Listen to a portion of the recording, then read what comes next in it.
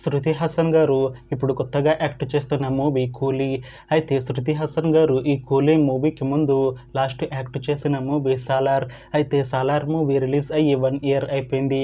అయితే శృతి హాసన్ గారు Salar movie release తర్వాత 1 ఇయర్ టైం గ్యాప్ తీసుకొని ఇప్పుడు మళ్ళీ ఈ కూలీ మూవీలో యాక్ట్ చేస్తున్నారు శృతి హాసన్ గారు. చూడాలి శృతి హాసన్ గారికి ఈ కూలీ మూవీతో కూడా ఒక మంచి హిట్ తనకి వస్తుందా లేదా అనేది మనం ఈ కూలీ మూవీ రిలీజ్ అయ్యాక చూడాలి. అలానే ఈ కూలీ మూవీలో పూజా హెగ్డే గారు కూడా యాక్ట్ చేస్తున్నారు. అయితే పూజా హెగ్డే గారు ఈ కూలీ మూవీకి ముందు లాస్ట్ యాక్ట్ చేసిన మూవీ రెట్రో. అయితే ఈ రెట్రో మూవీ ఈ మధ్య రిలీజ్ అయింది.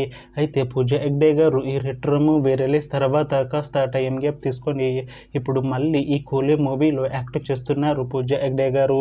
చూడాలి పూజా హెగ్డే గారికి ఈ కూలీ మూవీతో కూడా ఒక మంచి హిట్ తనకి వస్తుందా లేదా అనేది మనం ఈ కూలీ మూవీ రిలీజ్ అయ్యాక చూడాలి. అయితే కూలీ మూవీ టీం ఈ మధ్య ఒక చిన్న టీజర్ ని విడుదల చేసింది.